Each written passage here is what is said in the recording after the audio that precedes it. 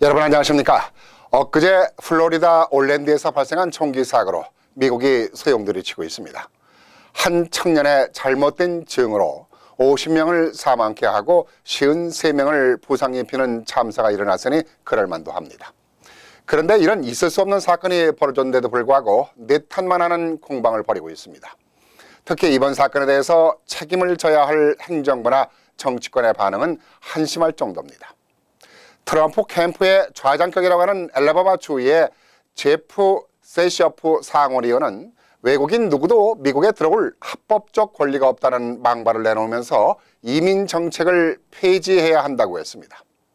이도 대책이라고 떠들어대고 있는가 하면은 사실상 공화당 대선 후보라고 하는 트럼프의 망발은 한 수 더 뜹니다.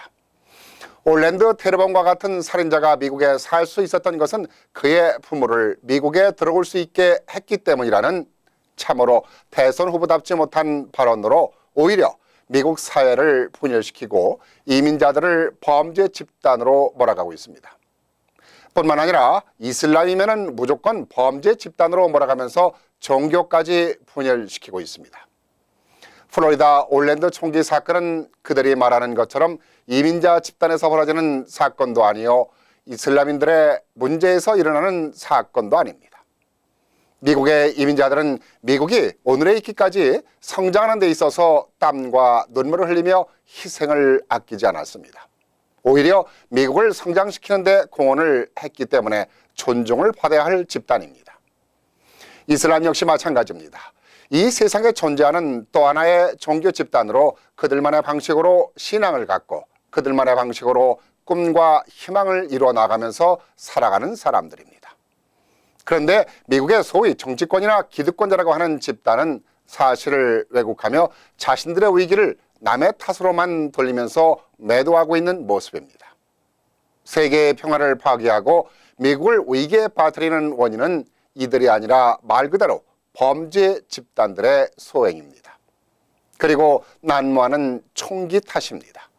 그렇다면 미국은 죄 없는 이민자나 이슬람을 탓만 것이 아니라 정치적 이념을 떠나 이를 해결하는 중지를 모아야 할 것입니다.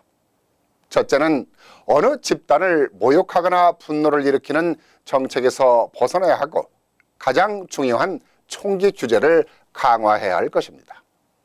이러한 근본적인 해결책을 마련하지 않고는 우리가 원하는 평화를 얻기란 쉽지 않을 것입니다.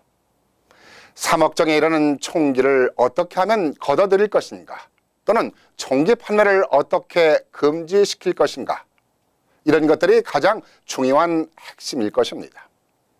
정치권이 총기 로비 업자들로부터 정치 자금에 눈이 어두워 이런 문제들을 방관한다면 미국은 결국 자업자득의 위험에 직면하게 될 것입니다.